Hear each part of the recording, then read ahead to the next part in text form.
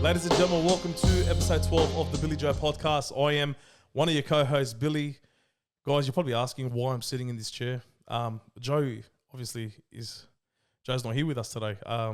He does have a bit of a family situation going on, so I've taken the reins today for this episode. We're raw here, man. We're raw. We don't shy away from nothing. Joe's father, Morris Bruno, is not doing too well. I was in hospital, and obviously when our motto is family first, and Joe's with his family at the moment through this difficult time. So our thoughts and prayers are with the Maroon family. Wishing his father a speedy recovery.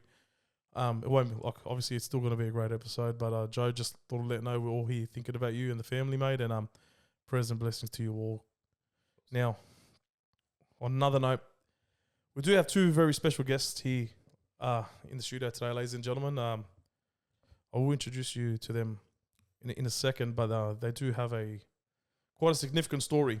Two stories which, if you can pretty much be very similar stories, but very different at the same time. I'd like to officially welcome Elias and Joe to the podcast. Welcome to the BillyJoe Podcast, boys. Thank you. Thanks, Thank you, boys, for taking the time out to come here today. Obviously, I know a bit of background story on both of you. But just for our listeners, I'll start off with Elias first. Just explain to our listeners and viewers who you are, what you do, where you grew up, just a bit of background about both of you, and we'll go on to Joe next. No worries. Thank you. Father of 5, married to the beautiful Teresa. 2 girls, 3 boys, work in, you can call it the construction or the infrastructure industry, basically supervising a department that makes concrete pits. Beautiful. Precast pits that go into the ground. Grew up in Kingsgrove, not too far from here. Beautiful. Moved to Greenacre in 2001, and then got married in 2008. Stayed in Greenacre for 5 years before moving out to Penrith. Area boy. Yeah. Nice. Yeah. Beautiful. Got married, had kids. How many kids you got? 5 kids. God bless. Thank you. Joey? Yeah, so I'm one of 6 boys myself. Married to Jolene, and we've got 5 kids, 2 boys and 3 girls. Lived in Belford for most of my life, and then moved to Greenacre, and now I'm out Wattle Grove way. Oh, nice. So what do you do for work? I work for a company, an AV company. So Yeah, they nice. do everything, but I'm in the AV side. Nice. Yeah, beautiful. Boys, let's go back to your upbringings. Obviously, growing up, primary school, high school, where you all went, group of friends, like who you hang out with, all that sort of stuff. Yep. Primary school was in Kingsgrove. It was a school, Our Lady of Fatima. And then I went to high school was De La Salle College at Kingsgrove. Yep. They closed down, and I went to De La Salle College at Ashfield. Yep. Got 3 sisters. Mum and dad grew up didn't really hang around with friends so much outside of the family. It was always cousins. As Lebas do. Yeah, of course. The best way, really. And I had like I said, I'm blessed to have a great childhood, growing up with mum and having my parents and my sisters, all massive St. George supporters. Loved our footy, loved our get-togethers, loved our, like I said, it was a very loving childhood and a loving upbringing. Beautiful. Yeah, what about yourself, Joey? Yeah, so I grew up in the area. I went to St. Michael's for primary school and then Belmore Boys. Yeah, nice. So I was a firefighter in high school just because of the schoolyard footy fires. Oh, there you go. Hey, So I go for the Bulldogs. Smarter choice than some. Yeah. Please tell our beautiful audience who you support. St. George. Great team. Mm. Great team. Nah. They'll be better in Vegas. You guys maybe. had 2 wooden spoons in the last 10 years, wasn't it? Sorry. I'll Sorry. let that one go. Nah, it's awesome, boys. So growing up, pretty much standard childhood. Yeah. Standard type childhood. Family, friends, cousins. Playing footy in the backyard, playing footy on the streets, Yeah. Oh yeah. supporting shit teams like St. George. Mm-hmm. Yeah. Standard stuff. Nah, it's awesome. Now, what was the goal? I want to ask you both this. Growing up, like, was both your goals to start a family, get married, start a family, or maybe go to uni, get a career, go overseas? What was the end goal in when you guys were teenagers? Really? My dad would agree to this. I probably should have been a lot better growing up in terms of what goals I wanted to have. I really didn't have any goals in, go to school because, that was, we had to go to school, obviously. wanted to go to uni, but getting 40 into HSC is not going to get you into uni, unfortunately. No. And then so it's funny, I went to TAFE, Meadowbank TAFE, to study sports massage in the hope that I can then maybe get into physiotherapy. Yep. Ended up meeting my wife there instead. So yeah, came out. You got something out of it? Yeah, absolutely. But there was no goal. Like I said, it was growing up was just loving my footy, loving my sport. Yep. Family, friends, cousins. Like Just I said, plodding along, trying to nothing work it special. out. Yeah. Joe, what about yourself? Yeah, very similar actually. Like I was like I was a good boy at school. I wasn't a troublemaker, but I was like a CB student. I wasn't, top of the class, but I wasn't bottom of the class. Didn't know what I wanted to do when I finished school, but similar. I went to TAFE, the same TAFE, and I did business management. Yep. So just very broad. Very broad. Just to keep the parents. Just to keep the parents happy. Eh? Yeah. That's it. Isn't it? We're all the same, eh? Pretty much. Yeah. Growing up a Lebo Wog ethnic, you know what I mean? Yeah. Like I can say that because we are. Yeah. I find that like it's almost like everyone's almost in the same boat growing up. Like that's all we. Some people are raised, like other cultures, they're raised. You know what? Train hard, play hard, try crack first grade in NRL or some sport where we're disciplined, obviously, to follow the same thing, follow the status quo. Yeah. Correct. Yeah. Where did you meet your wife, Joey? I met her at a barbecue at a friend's house. Oh wow! So I had no idea who she was before. no, At all? apparently we had crossed paths before, but we didn't really know. But yeah, so Argili brought us together because Argili I bought my boys. Argili, He and then loves the his crowd Argili. came together. He Oh, loves mate. his Argili. Argili matchmaker, right? Yeah, that's it. Nah, that's awesome. And when did you guys get married, Joey? 2016. 2016. That's when I got married too. It was the year everyone got married. My It was, I think eh? I had like 12 weddings that year. Yeah, that's how old are you? I'm 41. 41. That's right. So you're 26. What month? August. Oh, it was November. Okay. Shit, was I November? no, it was November. Sorry, man. So he got married, and then I think a week later, my sister got married. Yeah. Oh, there you I go. met his sister in, what was it? It was Greek Islands on our Oh, the honeymoon. honeymoon. Yeah. Wait, stop. So you're married to his sister? No. Oh, okay, you're not married to his sister. Okay. No, thank God. And I mean, She joined. Their honeymoon was the same time as our honeymoon. Okay, so far right. You boys are tight. Yeah. You boys are tight. So tell our listeners how you boys actually met. How did you two meet? Big Mac. Big Macs. So these are best mates, yeah? Yeah. You're the best mates, yeah, cool. Making McChickens and Big Macs. And, At Macca's. That's Trying it. to- Macca's and Campsie. Yeah. The good old Macca's in Beamish Street, Campsie. Oh, there you go. Yeah. 10. I feel like a lot of your relationships are forged around food and Yeah. other curricular activities. We can eat. Like yeah, We like, can eat. you met your wife making argili. Yeah. You two met making flipping burgers. See, I That's grew it. up. See, that's funny. I'm a bit of a funny lib, if you want to call it that, because I love Lebanese food, but I loved my pasta, and I married an Italian. Oh, there you go. So one of my aunties actually made a prediction when I was like 4. Apparently, my mum told me. Wow. She goes, "Your son's going to marry an Italian. He loves pasta and noodles that much."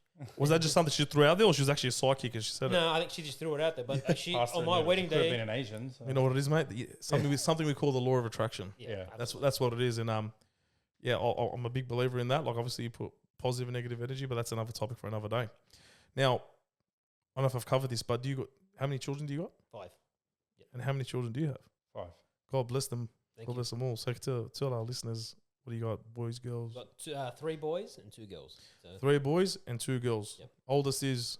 the oldest is a girl, so it went girl, boy, 16. So how old's the oldest? And the youngest? And the youngest turns 7 next month. God bless and yourself. Thank you. So I flipped the script. So I've got 5, but it's boy, girl, girl. And my eldest is turning 8 and my youngest is 1. You caught up real quick though. You did. Yeah, it's a Real small quick. window. What's it like as they get older? Like especially the older ones. Like Yeah. Okay. So when the girls, we have a lot of parents that listen to this. Yeah. I know. Young new parents. But- I'm a parent myself. I'm a parent of 3. So How old are they? my eldest is 6. My middle's turning 5, and my youngest is nearly turning 2. So Enjoy it while it lasts, bro. that's exactly Sorry. my next point. What I'm going to get to. So It's not that. I mean, it's when they hit their teenagers and the girls become women. You know, Yeah. it's a bit of a change, but really, it's nothing too crazy. Okay, it all depends on how you bring them up to that stage. You know what I mean? yeah, But they're all their own different personalities. Like my oldest is completely different to my to the next one that's there, or the one that's underneath it. It's like you've got to be a psychologist. okay, To make him to figure out what makes him tick, but that comes to you naturally because just watching him grow and knowing what sort of what pisses him off, what makes him tick, yeah. right, comes to you naturally just by watching him. So, And I'm assuming with 5 kids, both of you, there's different personalities you got to manage. oh yeah, Yeah, They're not all the same. Is that right? Yeah. definitely. That's awesome. What's your thoughts on how you finding it? Mine are still young. How's the it's just household for both of you? noisy. That's what I was going to say. How's the household with some solid 5 children? Quiet. Mate, I got 3. My roost coming down. Yeah, no. Of an evening, I swear, it's like the decibels just go up another level. Yeah. It's like you can tell it's nearly bedtime. It's like, shut up. Can I mate? The mothers do hold fort. They hold fort down very well. Oh, of course. I'm assuming, like, mate, all the women out there, man, like, without them, like, we'd go ballistic, mate. We wouldn't even know. It's yeah, we're dads, we know what to do, but something about the mother and the nurturing and the patience, I think it goes a long way. Now, boys, I didn't ask you outside. Is there anything off limits that we can't talk about? No, if there is, we'll let you know. Yeah, if there is, I you don't let me, think- yeah, please, you let me know. Yeah, because I definitely, I don't want to chat too much to you boys outside because, like I said, we want to save everything for for the studio. Now, you boys both share something in common. Yep. Apart from your good looks. Should have gone to Specsavers, right? You boys share something, like, on a serious note, you boys share something in common. And I know what it is, but I think our listeners and our viewers want to know what it is. So either or, boys, if you just want to share what you share in common to our audience, man, it would be greatly appreciated. Yeah, first. Yeah, the both of us share. We don't share a kid, but we both have kids with special needs. So that's a great way to bring that up. But yeah, so we both have essentially the same age children that are both in similar journeys, but different journeys. But both have disabilities, and we both got there in a different way as well. So I'll let Louis talk about his story, but mine wasn't from birth. It was, but we didn't know until years later. Whereas Louis was So from birth, Louis, if you want to shed some light. Yeah, so Emanuel was born with a rare genetic disorder. What was the name, sorry? Emanuel, sorry. Emanuel, sorry. How old's Emanuel? Emanuel turned 7. Turned 7. So he's the youngest, but he turns 7 next month. And Joe, what about yours? she's She- turning 7 in She's August. like you said, same age, mate, similar journey. She's got the best godfather in the world, that's for sure. Beautiful, That's beautiful. right. Oh yeah, she sure does, right? Yeah, no. So he was born with a rare genetic condition. Just to cut a long story short, it's called OTC. I struggle to say what the full name is, so please don't ask me. I'll screw it up. Basically, what it was is he had a missing enzyme in his liver. So your liver acts as a filter to your body, right? Yeah. This particular enzyme missing from his liver controls in particular like the protein being converted to ammonia. Now ammonia is quite toxic. It's quite poisonous. Without the enzyme, without that enzyme. Yeah. Okay. So his body couldn't get rid of it. So what happened? His body built it up right now, and it circulated throughout his body. His body after we brought him home. So I think day 2, we started to feed him. The feeding is what caused the ammonia levels to spike. So at that point, you can't really test for this specific thing unless you like. You can only come up in testing, right? If you specifically test for it. Okay. And it's quite rare. So it's nothing you can pick up on a pre-birth scan or nothing. anything like that. Or Nothing. No blood tests like that don't really. okay, so I want to get back to you, Joey. But while I got you, you couldn't pick up on it previously. No. So at the birth and everything, It was normal. normal. Yeah. Okay. So we brought him home now. So what it was, the condition that's caused is basically so his ammonia levels picked up, circulate around his body, and by the time it got to his brain, it caused significant 70 to 80% brain damage. It was day 2 or day 3. I remember it was a Wednesday night, and it's funny. I've told this story before because Origin was on. Yep. So I told the wife, go to bed. Yes, I'm calling her the wife this time, by the way. He went off at me the last podcast. He's all referred to the wife, not to Teresa. Anyways, I sent it. I go to bed and let me stay up with him. So about 10:30, 11 o'clock, I noticed like he was a bit whingy or a bit limpy, like he wasn't really he was maybe he was hungry or something. So I woke Teresa up. She goes, "Let me feed him." Anyways, she came in. Still not thinking nothing. No, he just looked like when they come out at that stage. Most of the time, all they're doing is sleeping. Yeah. They might stir a little bit when they're hungry. Hungry, yeah. And then, the wife then came back into the room at 1:30. She goes, "No, there's something wrong." Called the ambulance. They came in. Like she spoke to the hospital. They go, his temperature was about 35, 36. They're like, get him to the That's below average. very low. They go bring him back to hospital immediately. It was Nepean Hospital. 2 days old, 3 days old. Yeah, that was day 3, I think it was. Yeah, it was. No, it was day 2. It was actually day 2. How many children have you had? Did you have before this? 4. You So had he was 4? the 5th one. It was the 5th. Yep. So that's not your first rodeo. No. So you generally know Yeah, when you gotta- something you got an inkling when something. Yep. So he's called the ambulance. Called the ambulance. He went. They took him back to Nepean. Now even at that point, our previous kids had gone to hospital before, like for small things, like for respiratory infections like that. So I wasn't really worried at that point either. Yep. But maybe I thought they released him too early or something. Yep. Fast forward about 8 or 9 hours ago. It was about 10 or 11 o'clock in the morning. All right, and then I'm at my parents' house. My mum called me. She goes, "Just bring the kids here, and I'll feed them, look after them. Do you have to do?" You're thinking, so at this time, you're thinking he's in hospital, getting checked up. Yeah, not getting. Yeah, at this. Yeah. Bring the kids. I'll give you. Your mum Yeah. rings you. Give me Yeah. the kids. I'll give you a hand. Yeah, so we're in Greenacre, and then Yeah. I get a call about 10 a.m. from Teresa, the wife, and then she called, and then I answered the phone. She goes, "It's not good." Immediately, she said, They think he's having fits. He's having convulsions. They don't know what it is.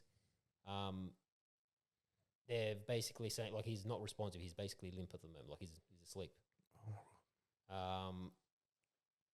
And then she had me on the phone. So now, then at that point, the doctors were having a conference call with Westmead and with Randwick Hospital because they're trying to figure out what's happening. And he's still at Nepean. He's still at Nepean. And then at that time, I found this afterwards. The wife was explaining to me. She goes, on one of the doctors was on the phone, right? And she was on the phone to Westmead, and then she noticed that Emanuel started to shake and started to convulse, like again. So then they're talking to Randwick, Westmead. Randwick said, "Bring him here. We need to test him. And see what's going. Nepean didn't have the facilities to do it. So they took him to Randwick. So they had to stop twice on the way to Randwick Hospital because his heart stopped. What? Stopped twice. So on the way from Nepean to Randwick, his heart stopped twice. Yeah. They stopped. They stopped twice. One of them was because his heart stopped, and then the second time he started to convulse real bad, and that's when they said. Now I got to Randwick Hospital with my dad. Like that's when I got the phone call. That's where it hit. Right, and then, mate, I want to stop you there. I didn't expect this early in the episode, mate. Who was in the ambulance with him when Teresa, the wife. Now I know the obvious answer, but mate, How do you react? How do you react to that? How do you react to that? Sorry, I'm a bit gobsmacked here because I'm just, God forbid, and I hope no one ever puts themselves in that shoes. No. But I'm just trying to think, like, how did she react to that? Teresa was calm. Like by that stage, she had a much better idea than I did, obviously, because she was there the whole time with him. Yeah. You could sense the worry and the strain in her voice when I spoke to her on the phone. And keep in mind, from Teresa, she'd just given birth. She hadn't really slept in 2 days at that point. Like she'd been in the hospital. Yeah, hard. Called me. She called me. That was like I said, it was at 10 a.m., 10 or 11 o'clock in the morning. I'm sitting there with my parents there, and they've seen the look on my face. Like they basically said, the color drained from your face when when you answered that phone call. And then after that, it was just like, she said, "We're going to Randwick now." So Dad and I drove to Randwick Hospital. We got there before the ambulance did, and the reason was because they stopped twice. Wow. Didn't even recognize my son. Because what happened, we came in, we were waiting at Randwick Hospital. Go for it. Thanks, mate. Yeah, so you got to Randwick Hospital. Got to Randwick Hospital. So now I see them. We were in this emergency. Like it was upstairs. It wasn't the emergency department. It was the actual children's sort of ICU, like an intensive care unit. They've got a good children's hospital there, don't they? Yeah, they do. Yeah, it still is one of the, when I call it, they call it one of the best children's hospital. Yeah. Westmead, I think, has kind of taken over that mantle. Okay. They've grown. Westmead's its own suburb now. Yeah, I was there. I was there recently, man. Yeah. So they're wheeling this child in, surrounded by 5-10 people. Is this an emergency? Yeah. And you're there. Let's paint a picture for everyone so we know. Ambulances come into the emergency at Randwick Hospital. Yep. Your wife's come out of the ambulance with your son and the ambos. The funny thing is, I didn't really recognise Emanuel because they had that many people around him. I remember they brought in a stretcher, 5-6 people around in this little thing. And you're waiting in emergency with your dad? Yeah, with my dad, right? I didn't realise it was him until Teresa walked in. You didn't realise it was your son in front of you on the stretcher? It was kind of like at a distance, right? But there was like I said, there was 5, 6, 7, 8 people coming, surrounding him, right? And then Teresa's walked in, and that's when I was like, oh, hang on, shit, that's Emanuel. And that's when, like I said, on the way to you try to stay positive, and you're like, we're driving there. My dad was saying, I'm sure it'll be fine. I'm sure, it's probably something serious, but they're going to be able to handle it. They can work it out. They're probably saying it. Now, I'm going to ask you a pretty deep question here. I'm trying to make our listeners and our viewers put themselves in the eyes of yourself. Now, we all love our kids dearly. We'd never. I'm sure you can attest to this as well. We love our kids dearly. Even when they're sick with the fever and we can't do nothing about it, or tonsillitis, we freak out. We feel bad. We'd give them everything we can to take the pain away. In that moment, bro. When you seen your son, not even knowing it was him, how did you feel? Do you remember anything? Do you remember how you felt, or any feeling or anything that come over you, like fear? Obviously, just everything every emotion you felt. Just let me know. Yeah, shock. That's right. That's when it kind of hit me. It was, when you sort of you've ever felt shocked before, where you look at something, you're like, oh shit, like you jumped. Yeah, of course, yeah. That hit. It was like the second time, because that first phone call I received from Teresa was the first one. It's like, whoa, okay, this just got serious. Then seeing him the way he was drove the point home, and that was like it's almost too much to process at once. It's like you become almost zombified. You know what I mean? 100%. But then the worst part is 5 or 10 minutes later when it's kind of starts to dawn on you as to what's going on. And it starts to set in. You're going off a lot of adrenaline as well, I'm assuming, at that time as well, when on the way to the hospital, freaking, like, it's the unknowns. Yep. It's the what ifs and the unknowns. Yep. I want to go to Joey. Now, so Emanuel's happened from birth. Yes. Yours is a bit different. Yeah. Your story is a bit different. Now, like, if you can shed some light on that. Yeah, well, like, Louis was messaging me when everything was happening with Emanuel, so I was at the hospital as well. And sorry to cut you off, but your wife was pregnant at this time? Yeah, so... Your wife was pregnant at this time? So... Okay. 3 months? Emanuel and Leah are 7 weeks apart in age. Oh, okay. Well, that's pretty close, bro. So my wife was just at the end of her pregnancy. Yeah. And we had just seen all of this happening with Emanuel, and it was a lot to absorb and go through with him. Like your best mate's son is literally, it's pretty much all these. It's like it's like pretty much one of your own because it's your best mate. Exactly. Yeah. So it was a lot to take in, and then it's one of those things where you're like, my daughter was born 7 weeks later, but we didn't know what was going to happen with Emanuel. So I know for me, like, I was like 100% Louis is the godfather for this one. And I don't even know if I've told you this, but we never find out if we're having a boy or a girl. Yeah, same. You don't find out what you have at Christmas, so I'm the same, bro. I'm the same. We didn't find out for all three of ours. Yeah. Bit off topic. I'm going on a bit of a tangent here. I don't know how people want to find out. No, I do. I understand. I get it, bro. But you find out what you have, get prepared. Totally get it. I found out what they were for each of them. Right? Why? But I kept it to myself. The wife didn't want to know, and no one else would go. No, I just that was just. You little nosy Parker. Yeah, pretty much. Pretty much. Well, I'm the same, bro. Okay, like I said, I'm going on a tangent here, but I'm the same. It's the best surprise. Yeah. Can you agree, Joey? Isn't 100%. It the best thing when?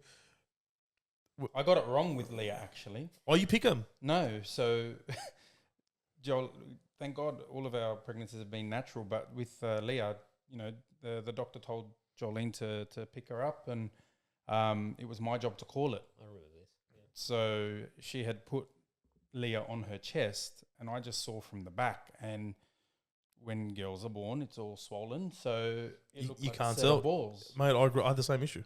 So I was like, I could have worked out. I could have worked it out too, bro. So I'm like, oh, beautiful, and brother for Isaiah, Can I just say I'm glad you said that because I was the only one that went through that. Do you know? I tell everyone, every man, if they don't know what they're having, double check. 100%. Because of that reason.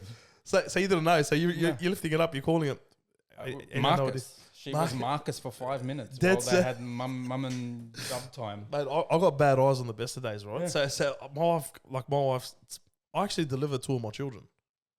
Not really? fucking on my own, but No, I know. Yeah. but okay. so So you help. so I was with the obstetrician, our OB, and I was cracking a joke for a second. My daughter. I go, man, how hard's your job, mate? Mind you, she was running in and out of our appointment to go do a delivery, come back to the appointment to assess my wife and all that. I'm like, oh, I go, Tina, how hard's your job? You do nothing, you sit down. I was cracking a joke. Yeah. You know what? I reckon I could deliver a baby. She goes, really? She goes, really? Okay, yeah. She goes, all right, put your money where your mouth is.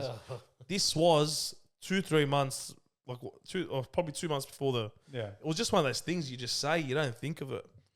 She remembered, huh? Bro, we're in the delivery room. We're in the delivery room, and she walks in. Obviously, the midwives come in, check if you're dilated and all that sort of stuff. And my wife was ready to go. My daughter was about to be born. Tina, the OB, Tina Zoo, great doctor. She comes in. She goes, "All right, yep, Sandy, you ready to go?" Yada yada yada.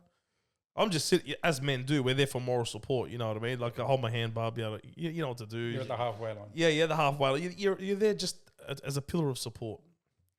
So I'm there next to my wife, right? And I'm like, all right, look, it's going to happen now. Second baby, we know the go. Tina goes, Bill, did you wash up? Like that, I go, what? I go, no, why would I wash up? I go, yeah, I washed my, because I used to smoke cigarettes back then. I actually did wash up because I hated the smell of it on me. I go, yeah, I did wash. She goes, all right, get your gloves on. I go, what? She goes, get your gloves on. I go, what the fuck? Where's this going? Where's this going? I forgot that I actually said that. Yeah, I forgot that I said that I can deliver a baby, no problem. I go, yeah, me being, my bravado kicked in, my ego kicked again. No, it's easy, light work. I've ran a 150 kilo front rowers. You think I can't deliver a baby? You know, catching a ball here, right? You know what I mean? I've played in front of thousands and thousands of people. You think I can't deliver a baby? Can I just tell you? Yep. I was up shit creek without a paddle, bro. I'm telling you that, but no pun intended, mate. So I put the gloves on, and mate, and delivered my daughter. And back to your story, I didn't know what she was when I pulled her out. Yeah. But can I just say, it was probably the best moment. All my kids' births are beautiful, but just obviously feeling that feeling, like, bro, I brought you in here. Me and your mum, obviously. Done the same thing with my youngest too. He was a lot easier. He just like, okay, you know what I mean? But I delivered him too, but he's happened so quick, so I couldn't really enjoy that moment. But this time you actually just called it. You said, "Don't worry, you don't need." I go, Tanner, just take a seat. Yeah. Go on, Smoko. Yeah. Go on, Smoko. And I'll got it from here. Yeah. Gretchen, come here. The midwife called her. Come get me the scalpel. Yeah. Back to what you were saying. So you didn't know what she was. So she was Marcus for 5 minutes. He was. Okay. And yeah, look, it was a smooth birth, and then from there, as a baby, she was just a regular baby. She'd eat, sleep. She didn't take the dummy, and her dummy was her 2 middle fingers. But whatever works. And yeah, as she was growing, at about 10 months, she was sitting up, and she'd just sit up. Like, she didn't start. As kids start to explore and try and crawl and whatnot. 3 months. 10 months. Or? Yeah. So she rolled really early. So she rolled at like 3 weeks. Okay. Wow. And it was like, whoa. That's very early. Yeah. That's very early. It was like from stomach to back. You did tummy time, and then she'd roll. Like, oh, okay. That's still early. Right? Yeah, it was crazy. But as she got older, and those milestones are supposed to kick in, and you're sort of seeing crawling and walking happen, they were just a little bit more delayed. So we started swimming when she was about 10 months, and the kids are supposed to start climbing out of the pool. Like holding onto the edge, elbows. Yeah. Exactly. Yeah. Elbows, knees, and get up into the crawl position. She would just lay there and we would just think, oh, she's lazy. She's just a chill baby. Same thing when you'd sit her down in the lounge room, she'd just sit there. You could walk away, come back, and she's in the same spot. What child number is this? Number 2. Number 2. So you've had one already. So okay. Yep. Yeah, and we're very relaxed parents in the sense of we're control crying parents, and I'm one of 6 boys, and I've got 20 nephews and nieces. So mayhem. Yeah. But I'm used to, I was used to wiping bums and looking after kids before I was a parent. Same as my wife. Yeah, good. But yeah, it got to the stage where she was about, she walked at 18 months. So she was a later walker. And then at about 2. Kids usually walk at about before a year to probably 2 months, 13, 14 months. Yeah. Like 10 to 15 months. 10 to 15 months is that window, correct. Yeah. But, and you're not trying to compare to other kids because that's hard. You try not to, but then again, man, it's part of human nature. Like you want to know where you're at. Totally. You just want to know what you're truly. You just want to know where you're at. Yeah. And where your child's at to see whether or not you want to be concerned. Correct. Yeah, exactly. Yeah. And because we were relaxed parents, we didn't think anything of it. But she still had that. When they first start walking, they look like they're penguins or like they waddle a bit. They waddle. Yeah. She didn't kick the waddle. She didn't kick the waddle. No. Okay. So she was waddling, and when she'd get up off the floor, she'd get up really gingerly. So like, when you're doing a bear crawl. Yeah. And then you go to the stand position of a bear crawl. Yep. Like that, and then arching her back and rolling up. Like it looked very laboursome for her to get up off the floor. Like very hard, almost very hard for her to do that. Yeah, It was like slow motion. Yeah. So that was another thing. It was like, oh, that looks a bit odd. Mm-hmm. And then there'd be some times where she'd actually just get stuck. So she'd be stuck, halfway from the floor to standing, like right there. Oh. And like back bit arched, back arched. Okay. Yeah. So we're like, all right, we need to look into this. So we walk into the doctor's office, and the doctor's like, "Why is she walking like that?" Like, that's why we're here. So first thing the doctor said was, "Why is she walking like that?" Exactly. So they looked into it. We did. Did your heart drop when they said that, or did you sort of still, we're just investigating. Okay. So there was nothing there. They did like an X-ray and an ultrasound. And there was nothing wrong with her hips. The first thing they think is hip dysplasia. Yep. Or if there's any issues with the spine. But no, thankfully all of that was quite normal. And then they gave us a referral to a pediatrician. So we went to the pediatrician, and the pediatrician said, "Don't Google it, but I think it's muscular dystrophy." Okay. So I was Don't Google it. They told you not to Google it. So what are you going to do? So what are you going to do? Exactly. Oh, shit. Fuck, I hate Dr. Google, bro. That's the worst. It's the word, bro. I've diagnosed myself 30,000 times. Yeah. But the funny thing is, at that time, we had just Jolene had just given birth to our third kid. Oh, so this was going. This is going on a while. Leah's now 2. Okay. And Nate was born in end of Jan, and this is in Feb. And it was early Feb, so we had a newborn in the house, like a 2-week-old. Before that time, we were starting the physio journey and looking to get some help. And we took her to a physio that was literally strapping her legs up and harnessing her to a treadmill to try and make her walk better. Like to try and adjust the hips, adjust the legs. Yeah, but it just didn't make sense. Still not knowing anything. Exactly. So for us, we looked at it and went, that's pretty severe. Like that's how was she going through that? Like how was she coping with that, your daughter? When she was on the treadmill, she was screaming. Yeah. Like we were told to leave the room during her session because the physio would say, "Oh, it's because you're in the room." I remember you sending me. You just know. Sometimes you just know. As your child, bro, with me, my mum used to say it to me a lot. She goes, "This is a saying she used to say. You came from me. You came from me. I can feel what you're feeling." Yeah. No matter how old the child is, whether they're 1, 2, 13, 17, 22, I'm 35 because my mum still knows. They know. Yeah. If I haven't spoken to her, she'll ring me up randomly. She goes, "You all right?" I'll say, "No, I'm actually not. How'd you know?" So, so we know as parents, we know. Yeah. And like, we get video footage of this and it was like, this is shit. This doesn't look right at all. But what do we know? We're not doctors, right? We're not doctors, exactly right. And then I remember taking Leah home and I had a meeting. So I went to the doctor's appointment on my own because Jolene had just given birth. I remember bringing Leah home and then just dropping her off and saying, "Oh, look, the doctor said it was muscular dystrophy and that was it. And we'll talk about it later." And I just drove off. Who'd you say that to? To my wife. Like I just gave her the information. She said, don't Google it. She thinks it might. So you were there. You were at the physio on your own with your daughter. At the doctor, the pediatrician. The pediatrician. Yeah. So your wife wasn't there, obviously looking after the baby. She just Yeah. okay. So I left her with that, and then I remembered one of my brother's neighbors, a kid had muscular dystrophy. So I called him to get an update on, what muscular dystrophy looks like. And he's like, oh yeah, he's he's 10, and he's now getting into a wheelchair, and with the kind of disease that he has, kind of disability he had, he'll have a shortness of life. So he's probably traditionally dead by early 20s, 30s. And it was like, oh, okay, what the hell? I That's when just left this information with my wife, and which was just, I was gonna say to you, when you were talking, I was gonna say to you, do you wish you handled that better? But obviously delivering the information. honestly, yeah, I didn't Obviously. know. And we were just in such a, I guess we were both, we had a 2-week-old, so sleep deprived and not knowing what's happening. We were just getting things looked at. We were just, Like a cog in the wheel, just trying to get through the Yeah, production line, just trying to get it exactly. sorted. Just Yeah. trying to get it sorted. I thought it was like getting your kid's eyes tested or going to the dentist. I didn't You didn't think it was that something severe. correct. Now, fuck.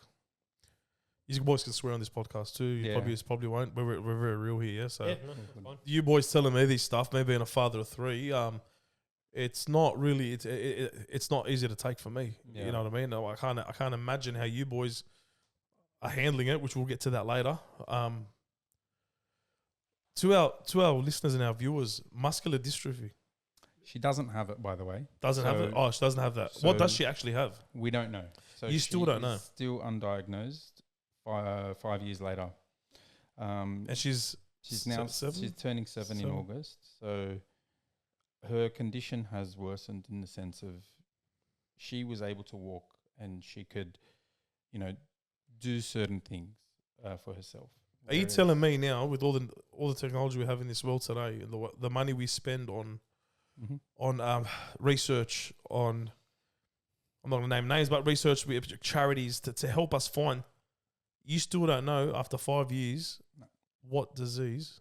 DNA testing, all the Nothing. You don't know what your daughter's got. We've done gene therapy, we've done blood tests, skin biopsies, muscle biopsies, MRIs, bone, everything possible. Like What more do you have to do?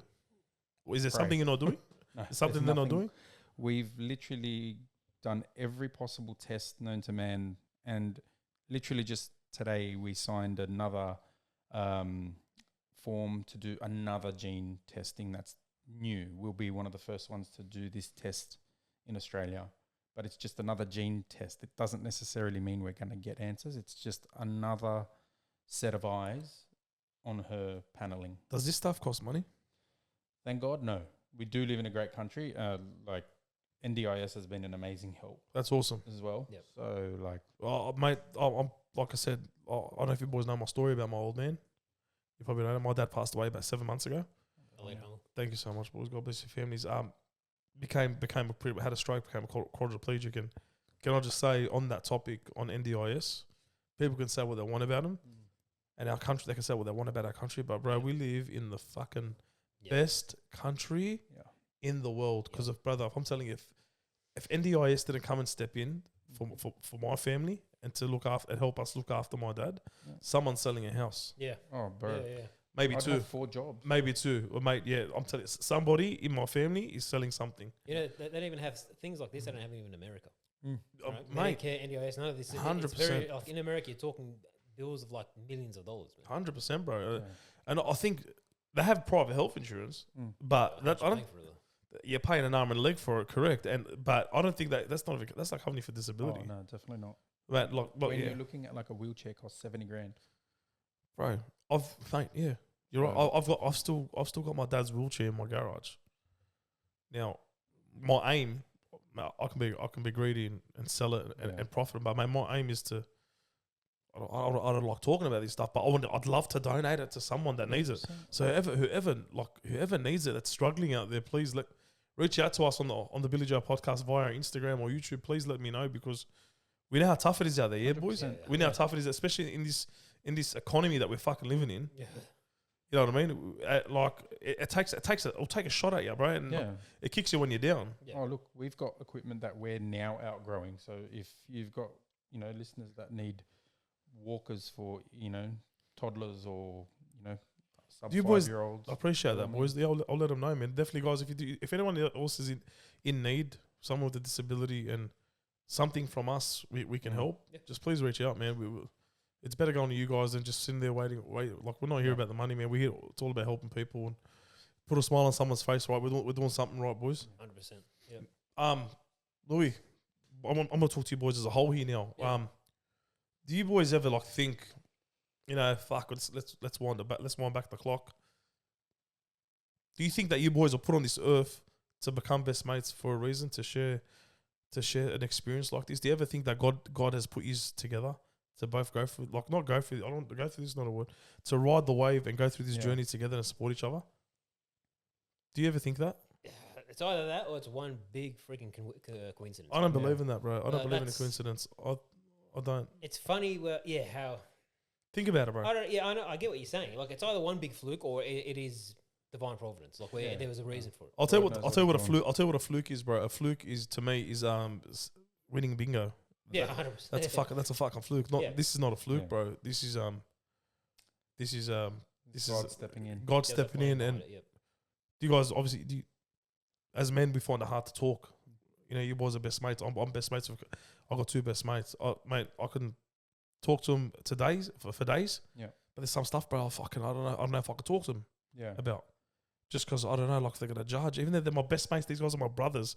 But thank God I've got my mates that can. Actually, I've got two good mates that will tell me how it is and rip it off like a band-aid. Yep. Do you boys ever have those conversations when you boys are struggling in regards to something like this? There's no filter with us. There's no feel. That's the real friendship, bro. That's a real friendship. I'm not trying. Yeah, it's kind of good cop, bad cop. Joe is sort of more this, the more gentler, like, not in a bad way, but more sort of patient guy. I'll blow up at the drop of a hat. Totally. I think I was gonna say you're cool. You're the ice man. You're I'm cool, chill. calm, collected, bro.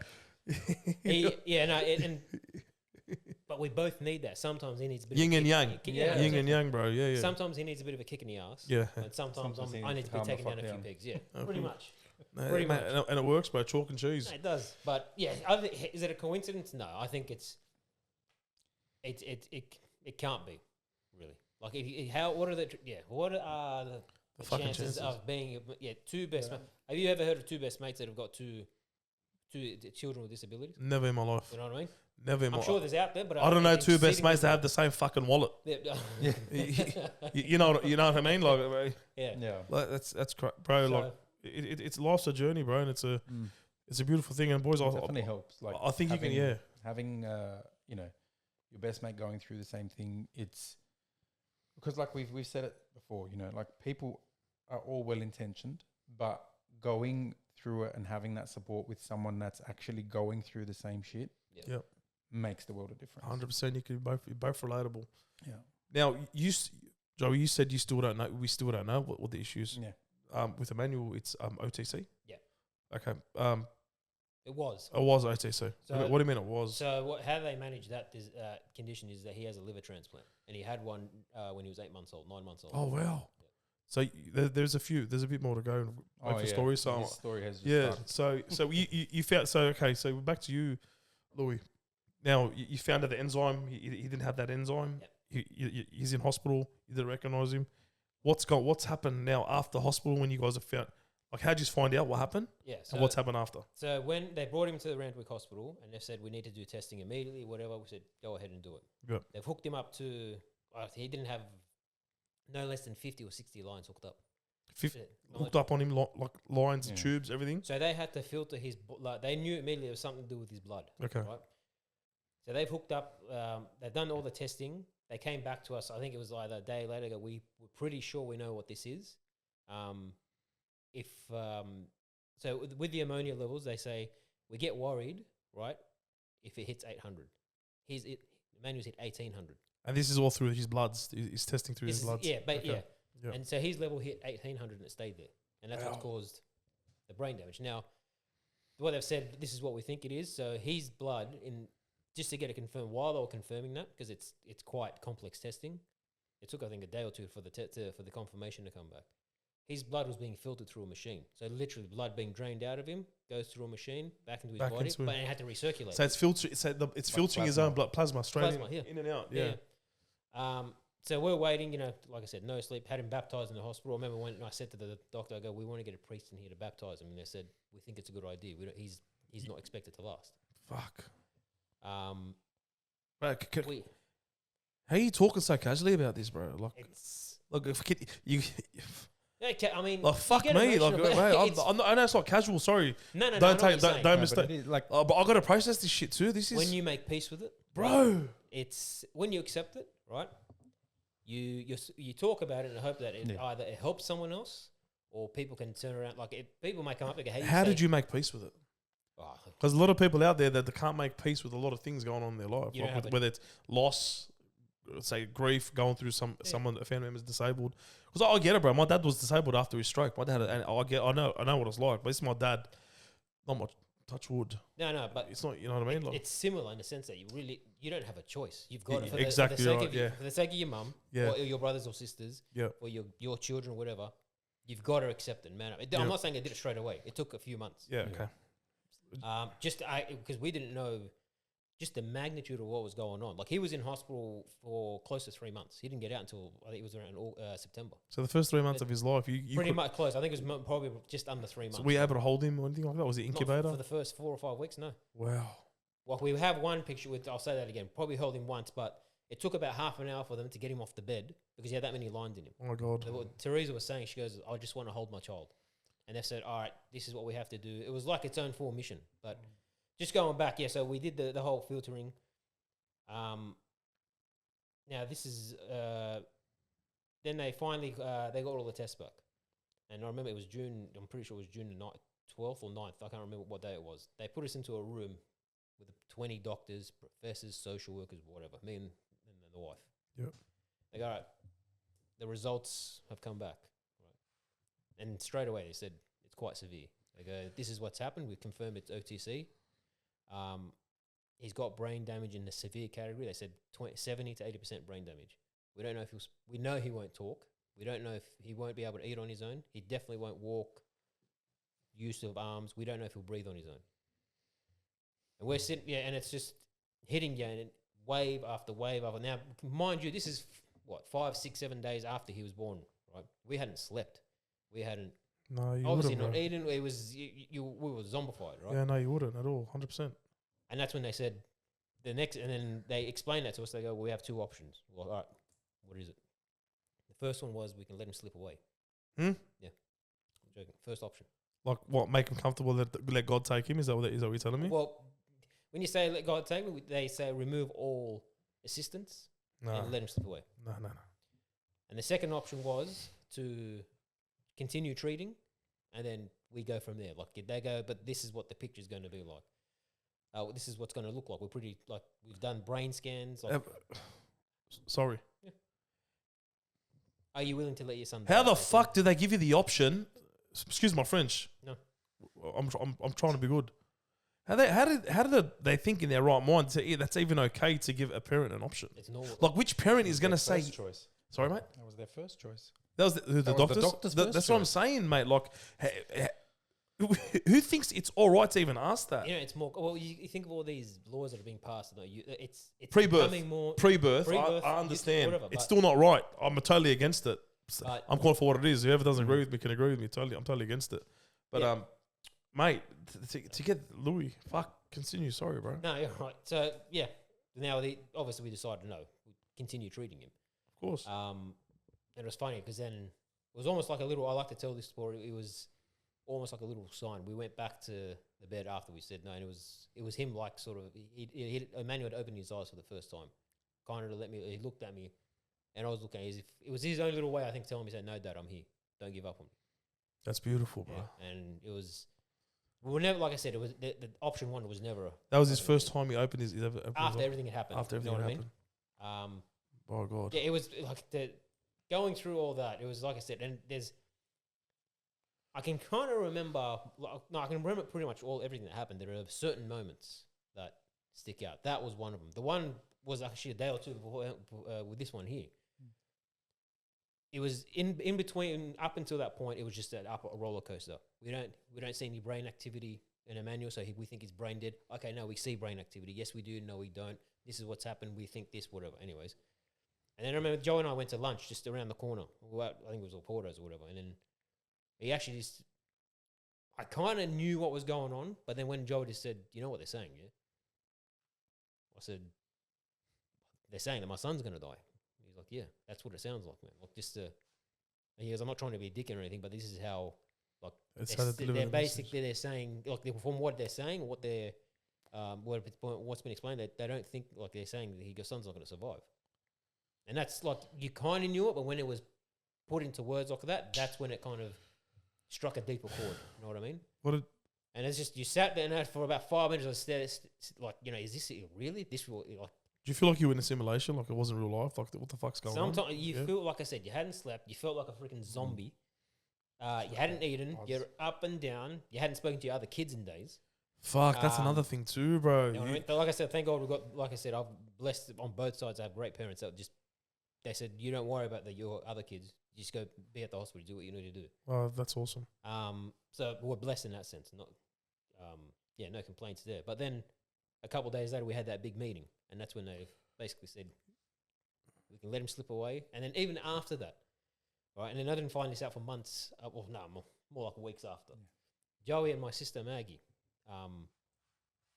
they actually both came up. They go, even after you guys made your decision, the nurses were coming up to these guys and saying, "Listen, talk to Elias and Teresa and just maybe get them to change their mind about they go, it's going to be a low quality of life, whatever." And Joey and Maggie basically went, "Fuck off! No, they've made a decision." Hang on. Yeah. Let's stop. Are you telling me the nurses? For Emmanuel's nurses, you were there obviously as a support. Came up to you to try and convince Louis to say, "Don't continue with the treatment. Well, don't continue with the treatment. Just let it go." They dance around the words, but lack of a better word, essentially, like this isn't. Kind of. I can totally agree with you. They don't want to, I can totally agree with you. I've been in the same boat. Doctor said to me, "Here's a story for you." Doctor said, I was speaking to Joey today about this. Joey, his dad's in hospital, not doing too well. I spoke to Joey. I said to him, 5 years ago, when my dad had the stroke, there was a 2-week period, right, where he first had it. He was alert, then he slipped into a coma. He was in the coma for about a week. Tiptoeing around it is what you said. I could totally relate, bro, because the neurosurgeon came into me saying, we've done this, we can continue making him comfortable, we can continue doing this, but I think just take all the tubes out and let nature take its course. And I'll never forget those fucking words. Let nature take its course. And those words have not sat with me, bro. Have not sat well with me from 5 years ago. I'm talking fucking January 2020. Have not sat right with me, bro. Back to what I was saying to Joey. Here's where it gets funny. They said to me, your dad's pretty much not going to wake up. He's either going to wake up from the coma or he's not going to wake up. And let nature take its course. I go, yep, I didn't fucking want to believe it. Here I am. A week ago, I was talking to my old man. Then a day later, he's lying down in a coma. And I'm like, bro, I'm sorry. I'm not accepting that. I'm not going to accept that. And mate, back to what I was going to say, you could relate to this too. My dad lived another 5 years. My dad lived another 5 years, bro. And mate, it's Bro, there's so many times. You know what I mean? You know what I'm trying to say? It's almost like they're just. And I told Joey today. I told him today. I go, listen, bro. I go, acknowledge what the doctors are telling you. Yeah. Acknowledge what they're telling you. I'm not saying fucking ignore them. They're not. They're the professionals, bro. Yeah. But bro, nobody has a plan. No one knows nothing in this world apart from the man upstairs. Which I'm sure you boys could attest to that. Yeah, absolutely. Like I don't want to put shit on the hospitals because at the end of the day, 100%. They were great. The hospitals they work hard. Don't get me wrong. Yeah. But I'm just trying to say that it's not always what they say is gospel. We just don't know. Of course not. We just don't know. 100%. There's so many instances where I've had friends that while their wives are pregnant, there's been, we think your child has this or has this. And then, they're alluding to the fact that you should terminate the pregnancy. I was one of them. Yeah. Same thing. They told me my youngest, was that the humerus or the femur? That's the femur. Biggest bone in the body. It's not. It's a week behind development. That's a sign of dwarfism. That's a sign of Down syndrome. It's a sign of this. And my wife's freaking out. Yeah, nearly full term. I'm on a job site. Like 40-degree heat. She's freaking out on the phone, and I'm like, Sam, just calm down. Like we don't know. Yeah. Like my faith's very strong, and I would never ever. If that's the cross that we're all meant to carry, if this is the cross you're meant to carry, this is the cross you're meant to carry. If God, you know what I mean? If God gave me that cross to carry, that's my cross to carry, bro. Do you boys agree? Yeah, 100%. Yeah, we agree. Otherwise, I would have said no. I would have said shut the machine off. I know, 100%. You know what I mean? So sorry. Yeah. As you're saying so. So just to continue on, that's it was so leading up to after that. They was basically saying, and I think Joey was in the room with me with the professor who then after we made the decision, she was the metabolic doctor. She goes, all right, now even from there we have to manage his diet real carefully until he has a liver transplant. If he has a liver transplant, that was pre-transplant. Yeah. Okay. Yeah. So this is still at Randwick Hospital. Okay. After we week 1. Yeah, still week 1. I think it's probably just going into week 2. Yeah. Well, after we basically made the decision, saying no, we want to continue to fight for him. They look at you like you're crazy, or not really. One of the professors did. I actually remember it. Yeah. You would. And he looked at me as if to say, like, you have low quality, and he looked at me like, really, like, you want to put yourself through that? And I'm like, and like the look, he gave me like that sort of, Judd, are you being serious? Yeah. Anyways, we had to manage his diet to the millimeter, because if we gave him too much food or not enough, his ammonia level is still at risk of going up. So he's still got OTC at this point, because he's got the faulty liver, or not the faulty liver, the liver that's affected by it. And that gets, they say we don't cure, we just, when he has a liver transplant, we replace it with something else that's a liver basically, when he has a transplant, you're trading one condition for another one, but this one's a bit more manageable. When we're talking about transplant now, there's a waiting list, yeah? Yeah. How long did it take us to get the liver? We were very blessed. So we had to get all his assessments done, had to get all the testing, all that type of thing. So he didn't go on the list until December 14th. Yep. Right? So he was born in June. So 6 months, right? Testing. Well, we kind of wait. When I say waited, the first 2 or 3 months he was in Randwick Hospital, Westmead Hospital. Just get him transferred. Just basically just to keep him, to get him settled, to get him stable enough to bring him home. Oh. Then we brought him home, but then the diet we had to, like I said, if we, and he had a very sensitive gut, like he'd vomit all the time. And we had to feed him at specific times. Like it had to be every 3 hours or every 6 hours, including throughout. So it's different to what you're already used to. Yeah. Very different to what you're used to.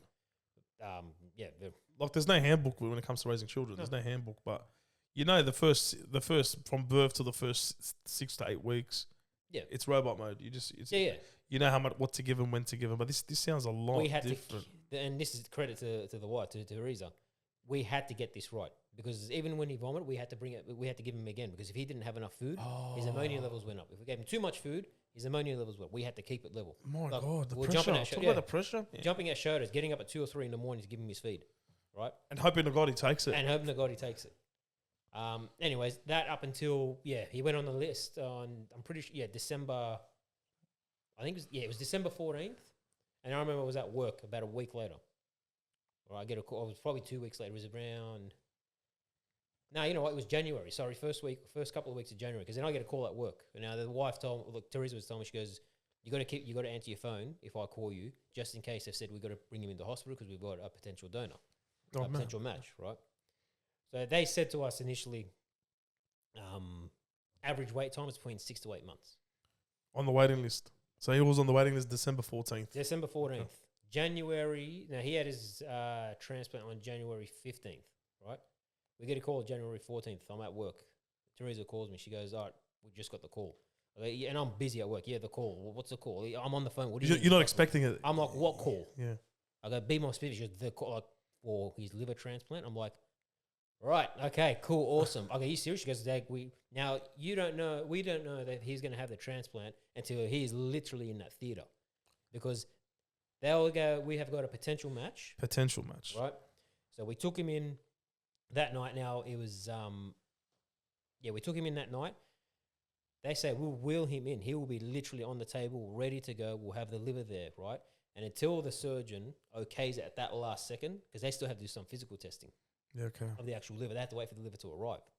Keep in mind, this is a liver that's from someone who's passed away, who's just passed away. We're talking another baby. They wouldn't tell us. They won't tell you if it's an adult or if they were. Well, actually, they told us it was from an adult, but they won't tell us who it was. How does it? Like they won't. How does an adult liver? No, so they chop it Give you down. a portion. Oh, they can actually. They Oh, chop it okay, down. You know what the okay, funny thing okay. about liver, because they cut it down. Like, Thank, 'cause- okay. I didn't know they could do that. yeah, no, they cut it down. Oh, Right? I'm And talking. the Yeah. liver can regenerate too. That's so it okay. I grows. didn't know that.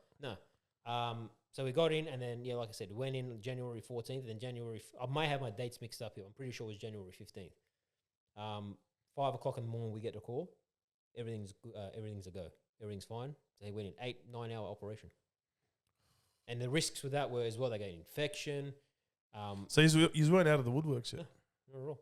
How long was the surgery? 8-9 hours. 8 or 9 hours. So we were at 6 my month old. from a 6-month-old. They go, it's tricky because the fibers and how it works and all that. It's extremely. Plus, their body's not fully developed as No. as a human too. So there'd be bones and stuff and body parts that are there that aren't meant to be there. Mm. It's not your average surgery. They went in, had the liver surgery, came out, had to stay in ICU. So basically, we weren't allowed to touch him, or like he had to be sealed, like airlocked in a room for risk of infection for I think it was close to 3 or 4 weeks. We get a call, so he came out. It was about 3 or 4 in the afternoon. We went. They go, like we were basically looking at him through a window. It was like you were at a zoo, man. Oh, Hey, look, there's our son. man, type of thing. yeah. But we understood why. There was a reason. Like we didn't want to. That would have been frustrating. Yeah, of course, it was. Very frustrating. Then we get we stayed there for a few hours, then went home. Get a call about 11 o'clock. They go, he's experiencing acute rejection. We need to take him back in immediately. His body was rejecting it. So they've got they've said we need your permission. The wife's like, take it now, go do it. Yes, you have our permission. And then they performed another operation, more surgical, more surgery on him. And just to cut a long story short, that's when it sort of, like I said, they corrected it, and began a long road to recovery from there. Came home. He had it January 15th. He came home end of February. How's the road looking now? A lot better. Like I said, if he ever gets a fever now, because so what happens when you get a transplant, right? Yep. They give you medication to reduce your immunity because your immunity system will attack the transplant thinking it's a foreign entity. Okay. So it'll attack it thinking it's a disease or whatever. So what they do to counteract that is they give you medicine to reduce your immunity. Now, the trade-off with that is every time he gets sick, right, or gets a fever, we have to take him to the hospital. Because if it's something serious, like meningococcal or pneumonia or whatever. Like straight hospital? So Westmead. It's not a matter of giving him a bit of Nurofen. No, I think no. he gets a fever, If he gets he's something, going straight there. if he gets something serious, right, and they don't get it early, he can't fight it off. Oh, my God. You know what I mean? So we've been lucky. Like he can go. There was what was it? Wasn't last year? It was the year before. It was the first year he went to school, and he goes to a special school. He was in hospital once a month, on average once a month. And usually when they go in there, he'll go in there for usually 2 or 3 days because what they do is he's got a fever. They got to make sure he doesn't have a fever for 48 hours, and then they'll send him home. And in that time as well, like he's had an operation. He's had basically a hip reconstruction surgery as well because as a result of the brain damage, he's got cerebral palsy, where so his bones and muscles all sort of like not developed properly. And as a result, his legs. That came on from that, obviously. Okay. So that happened. The hip surgery happened 2 years. Yeah, close to 2 years ago now. But like I said, it brought us closer to God. It's taught. Like I said, if you told me years ago you're going to be the father of a disabled child, I'm like, yeah, right, no fucking chance, man. No, it's you've picked the wrong bloke. But it's amazing how you could, what strength you can find when you're put in that situation. 100%. You know what I mean? 100%, bro. Especially with faith. Well, one thing, bro, with faith, mate. Growing up, bro, going to Lebanon every 3 months of the year as a kid. You know, I even went to summer school in Lebanon. Oh, really? Yeah, Nice. in summer as a kid, because all my kids, because they get 3 months off, right? Yeah. Not just we go Lebanon. It's a very, where we're from in the north. We're taught at a young age about our faith and our parents. Like, to be honest, with my parents, we weren't. I'm not gonna lie to you. We weren't the family to go to church every No, Sunday. neither was I. I'm not gonna say we were. We weren't. But did we believe? Yeah, 100% we believed. Did we pray? 100% we prayed. But it's crazy when you actually have to you got to go through. You got to walk through the dark forest, bro. To actually bring you. Sometimes people need to walk through the dark forest. to bring them closer to God, bro. And Definitely. I'm just, the boys did that. I'm talking to both of you now. Is that what were you always strong practicing Christians, or do you think walking through this dark valley, I'm not talking about your life is bad, but just hardships, like I said to you before, carrying the cross that God gave you to carry. Do you feel that brought you a lot more closer and stronger to your faith? Yeah, look, I was brought up in a household where we did pretty much go to church every week and whatnot, but obviously understanding your faith as a kid is a lot different to when you're getting older. Yep. But yeah, as a teenager, I went to church and whatnot. I love your medallions, boys, by the way. Thank you. Love it. But I think really understanding your faith, it's when those hardships come that you really embrace your faith and lean on your faith a lot more. It's definitely been one of those pearls that's come through from this journey of carrying this cross. It's definitely helped strengthen and increase your faith in God and knowing that you need that because it's the only thing that's going to get you through. I want to ask you something, Joey. Did you recall a moment, bro? Like, I'll take it, man. Like, you too, Louis. Life is hard. It's not meant to be easy. Yeah. Especially with 5 kids, there's a lot of stresses that come with it. Let's not sugarcoat it, bro. No.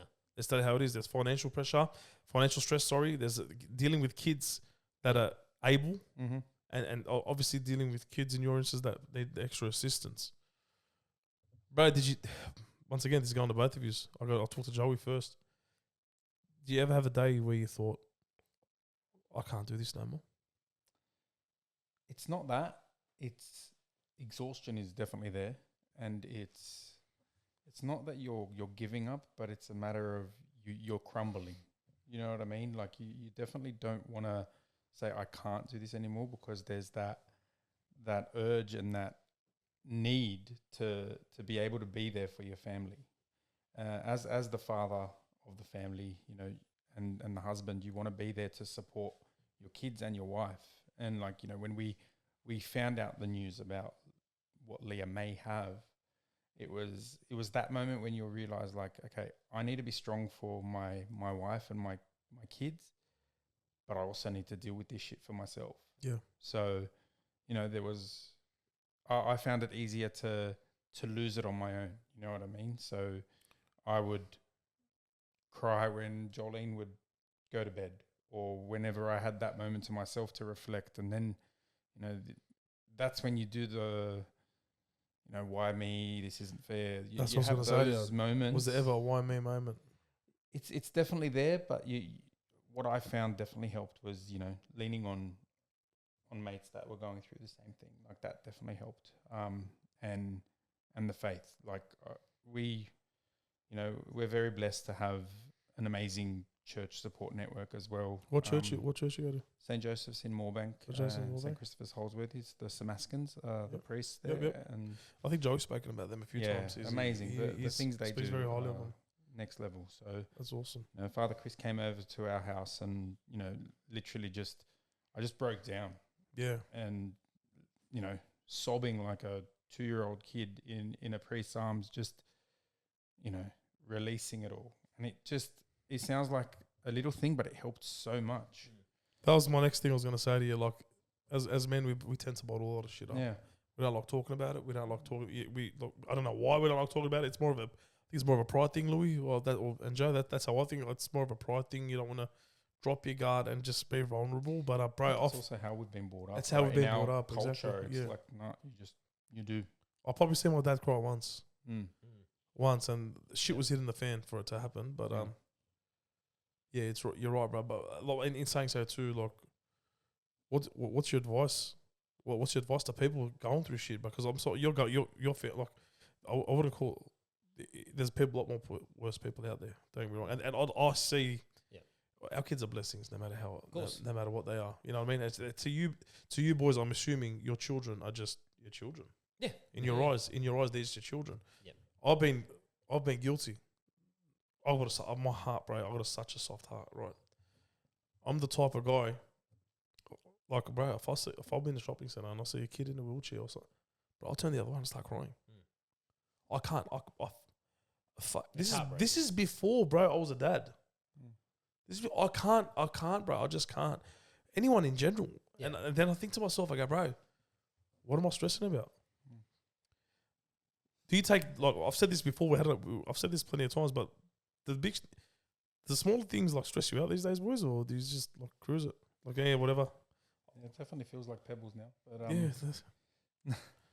yeah, no, look, there was a moment in time like where I had lost my job, and we've both been through such similar sliding doors. But And the rest of the population, bro, don't worry. No, but like, you know, losing a job and then finding out your wife's pregnant. Yeah. But it was like, you know what? God will provide. It's all good. Yeah. Because you've been through these larger milestones and you know, hurdles that Yep. you know you're persevering through, and everything else is a walk in the park to a degree. You know, like you have your moments, but by all means, it definitely helps to put everything into perspective. 100%. It was just because Emanuel was born in June, and Yeah. then in August I was made redundant from my job. And like, Wow. it was Talk about Murphy's Law, right? Right place, right time. I was Fuck. waiting for the Yeah. third thing to happen. Yeah, so, It comes in was- threes, yeah. No, touch wood, we're good. Still goes for St. George. Yeah, shut Yeah. up. Great side. Yeah.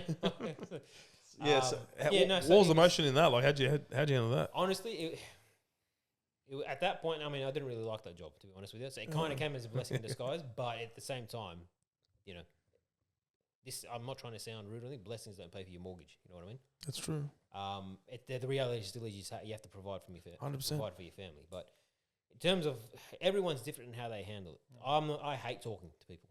Right? You're a good talker, man. I tell you. I know. Yeah, fuck. I can do it, but I just no. In terms of when I say talking to people, in terms of about this type of shit, Okay. it doesn't help Yeah. me. It helps. I'm not saying don't do it. I recommend if you're the type of person that feel better to talk to other people, then do it 100%. I tell people, I've got other parents at our schools who say, you know, if they come to me for advice, I go talk to someone, right? When I do it, I find it doesn't help. For me, being alone helps sometimes. That's what I've learned where just, yeah. Everyone's different too, Everyone's different. So Yeah. Joe is the type of guy who will talk, and as he explained, to get it off his chest feels better. Yeah. For me, I process it differently. I just got to be alone for a little while. I'm the type of guy, if I'm stressing, bro, and I'm overthinking, and shit's getting to me, I need to be with my family. Yeah. Because, not because they distract me, but it's sort of like a safety net sort of thing. Yeah, 100%. You know what I mean? Like a, you know what I'm trying to say? Like, I need to be at home. I need to be home. Like, I'm stressing it. Like, I'm driving the truck all day. I'm thinking about something. But when I'm home, bro, I'm just, mate, I'm in my happy place. I've got my kids, thank God. I've got my wife, thank God. Like, everyone's different. Yeah, Moral absolutely. story, everyone's different. So, Yeah, 100%. so did you ever have that moment, Lou, like where you just like, fuck, man, like you lost your job and you're like, fuck, man, what do I do now? Did you ever think like that, or you like, nah? The first 6-8 months were the hardest with Emanuel. That was the toughening up period. That was like you get to a point where you're like, okay, seriously, like, hey, where do I go from here? Yeah. What do I do? And all you can do is just take that next step, one day at a time, one minute at a time, one prayer at a time. And yeah, there were times like, you know, it's, you know, when you're alone with your thoughts, and I find like it's kind of similar to Joey, where when he was explaining where he'd have his own little moments away from Jolene and let it out. That's what I did. Okay. But I'd kind of process it my own way. Like I'd either get frustrated, I'd get angry. I'd kind of sort of, it's almost like I'm imagining having my own conversation. And after it, Angry as in why me, or angry because like why does my child have it to was go just for letting this? out frustration at the situation. Okay. Right. And I think there's nothing wrong with that. Like blowing No, off at the all, steam, no if you way. keep it in, right, Oh, bro, you you'll can't. go batty. You know what I mean? You can't. And yeah, no, there were times where you know, mentally and physically, you're wearing pretty thin. And that's what I've learned from all this as well, is you've got to identify those markers, right? And it's nothing wrong. Joey alluded to it before, where he's saying, you know, you've got to be strong for your family, and there's nothing wrong with doing things for yourself. Mate, there's no, You know what I mean? 100%, bro. On a good day, let's say your boys weren't going through this, what he's going through right now. Like, fuck, bro, we'll go to work, have a bad day. We'll come home stressed, angry, stressing out about the next day. It's gonna come, and you can't bring that home with you. No. You can't. But bro, like, fuck, imagine going through that, then going through what your boys are going through, then walking through the front door at home. Yeah. But what I'm trying to say is to all the dads out there, as hard as it can be, like, It can be worse. don't get me wrong, I'm fucking by far the best husband and father. I'm a great husband and father. But there's always room for improvement. But I find it very hard, which is why I told you off camera, which is why I left my accounting career. I used to bring my work home. Not my stresses home. I used to just always think, But in a nutshell, what I'm trying to say is, mate, like, there's more to life, bro, than stressing out about work, and having a bad day and taking it out on your kids and your family. True. It puts a lot of things into sharp perspective. Well, for sure. Like St. George losing doesn't bother me anymore. I've probably gotten used to it by now. Yeah, I was gonna say you probably get used to it It's by all now. right. We had 2020, You 2010. yeah, after the amount of times you choke, you should be all right. You know what I mean? Should be used to it. That's good, yeah, bro. no, it does put everything into sharp perspective. Like, Yeah. do I still get stressed out at work? Yeah, but it's not to the point where You leave it there. you leave it done. there. You can leave it there, type of thing. It kind of matures you. It toughens you up. That's for sure. Like I said, even in our, I've said it to Joe, like, given our situations, there's always someone else out there that's worse. It can be, but believe it or not, there are people out there that are worse. You know what I mean? And it's good, boys, that you have that mindset. It's awesome that you guys have that mindset. Like I said, bro, it puts stuff into perspective. You sometimes think, like, there's probably people out there thinking, what the fuck's worse than that? But bro, I don't want to name what they are, but it's good to put that, man, like, put that out there as well, because, mate, it teaches you to be grateful. Some people are going through it alone as well. 100%, bro. Yes, and he took that from, yes, I was going to say that. That's what can. You boys are blessed, bro. You boys are actually. Some people think how's it a blessing, mate? It's a fucking blessing. You boys grew up together. Yeah. You've met at Macca's flipping burgers, I don't know, X amount of years ago. To ride the same wave and go through the same journey together like this, bro, this is not coincidence, bro. No. Yep. I'm telling you. Now, boys, Joey, back to your story. What's life looking like for you guys now in the family? So you guys are still in the unknown. Yeah, we're still in the unknown, and the last sort of 6 to 8 months is when she's taken a turn for the worst, in the sense of she's declined in her abilities. So now she doesn't walk anymore. So she used to be able to walk.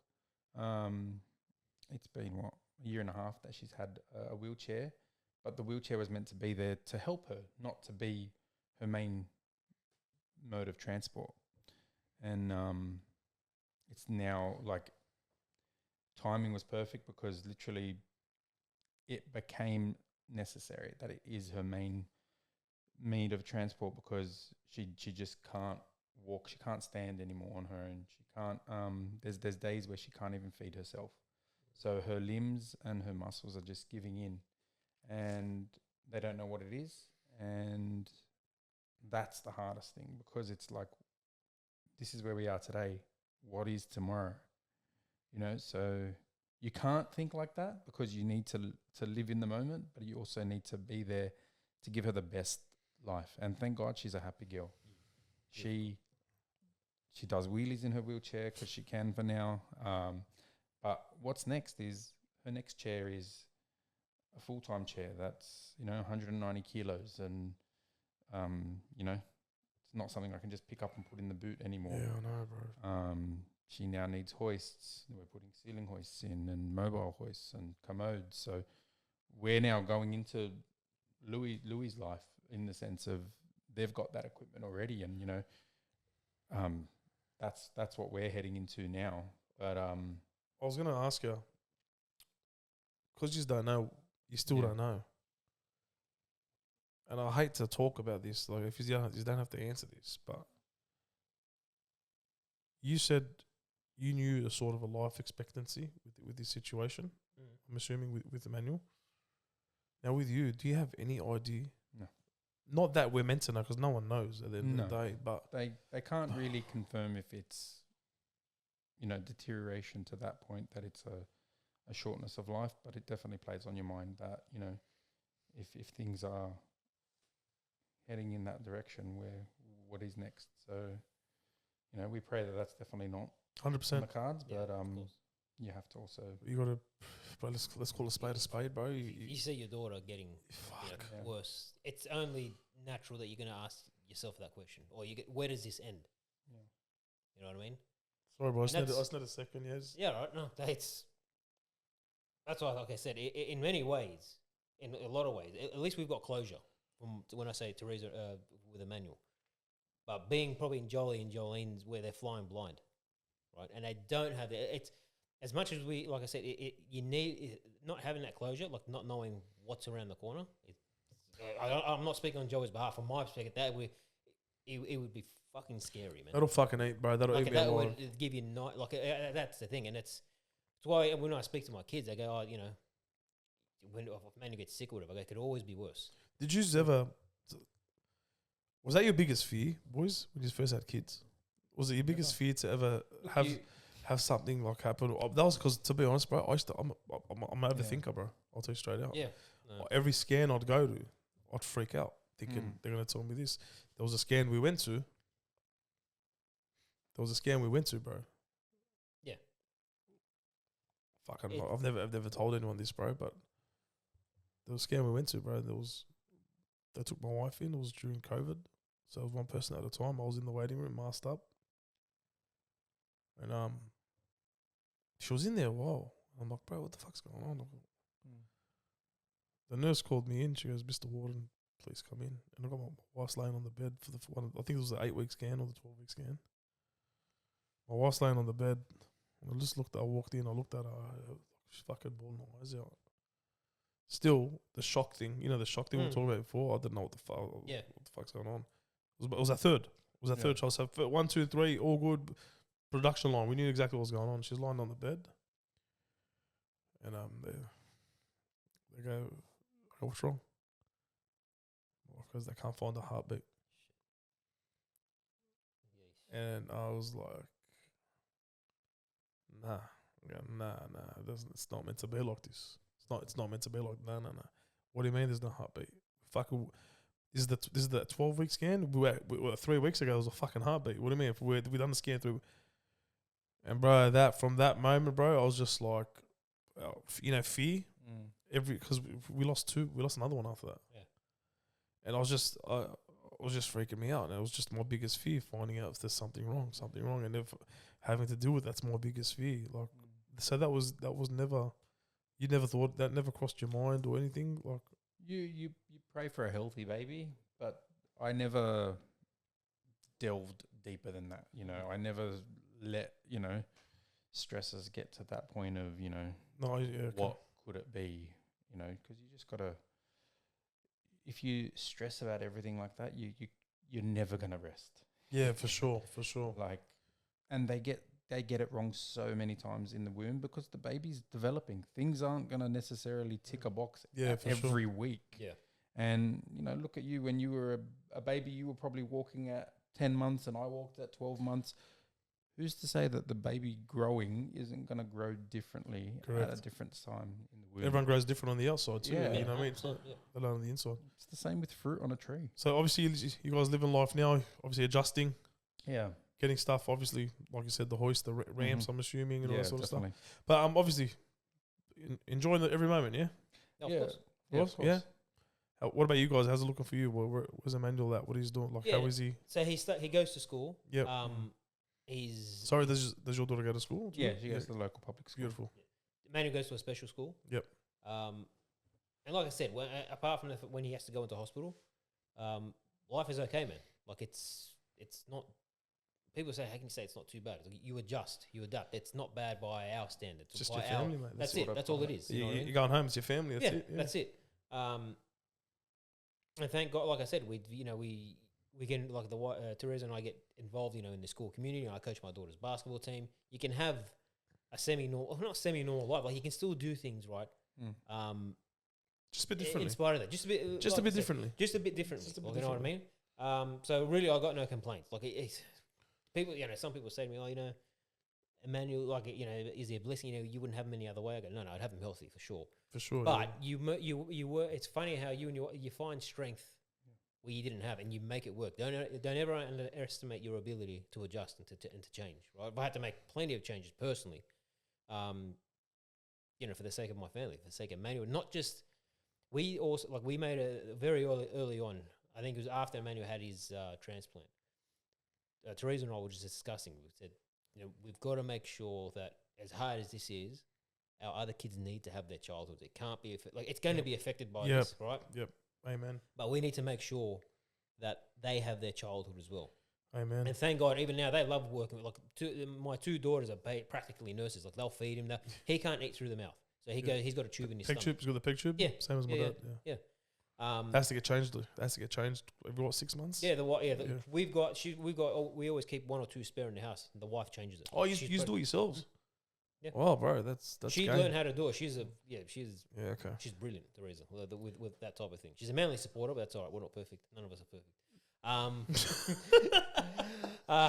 It's so the daughters, my daughters Cecilia and Lucy, know how to feed Emanuel, know how to have him his meds. They've learned it. Like they've taken on that we want to help. Like it teaches them.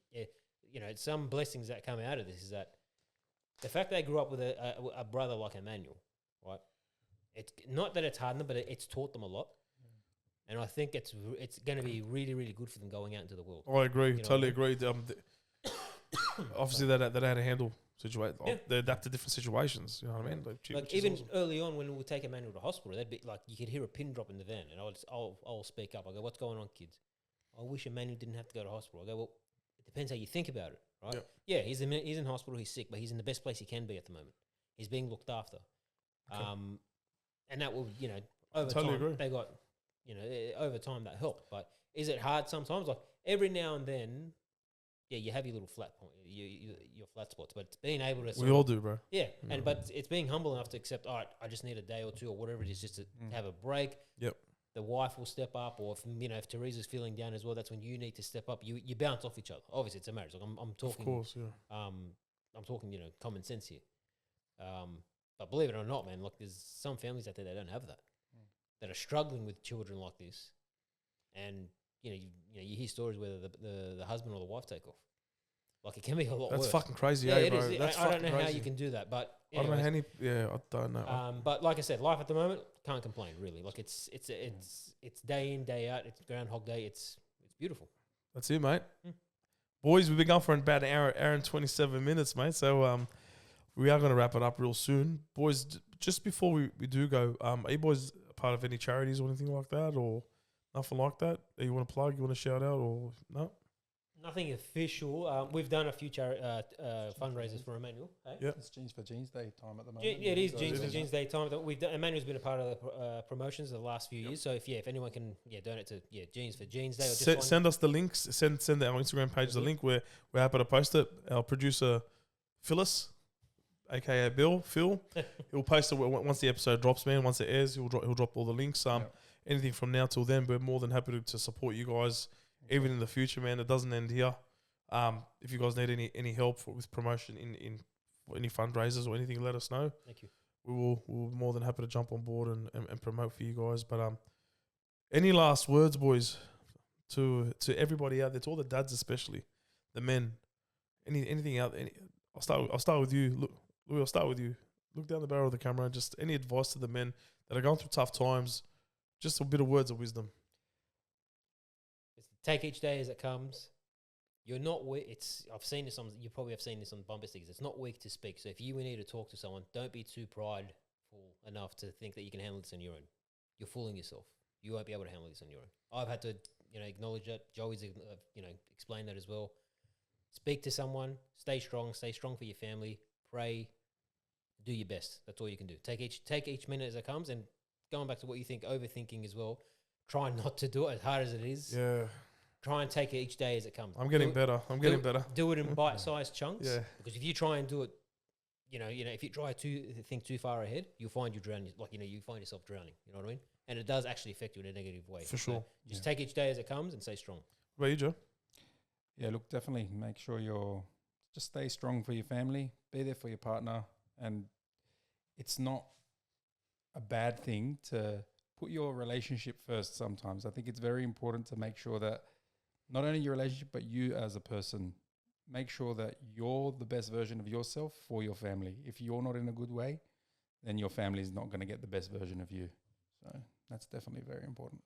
Well, gentlemen, I'd like to thank you for the time you took out for obviously being on the show today. We took a lot out of it. We don't take this stuff lightly. No. You know what I mean? We really do appreciate it. On behalf of myself and Joe, thank you, boys, for jumping on. Like I said, anything in the future, man, we're happy to help out, man. And that's pretty much it, guys. That's another episode 12 done and dusted.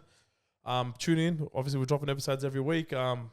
Shout out to the boys once again. And also, once again, please do keep the Maroon family in your prayers as they do go through this tough time. Yeah, it's not easy, but through God anything's possible. So Amen. amen. On that note, I'm your boy Billy, and thank you for tuning into BillyJoe Podcast. Have a good night.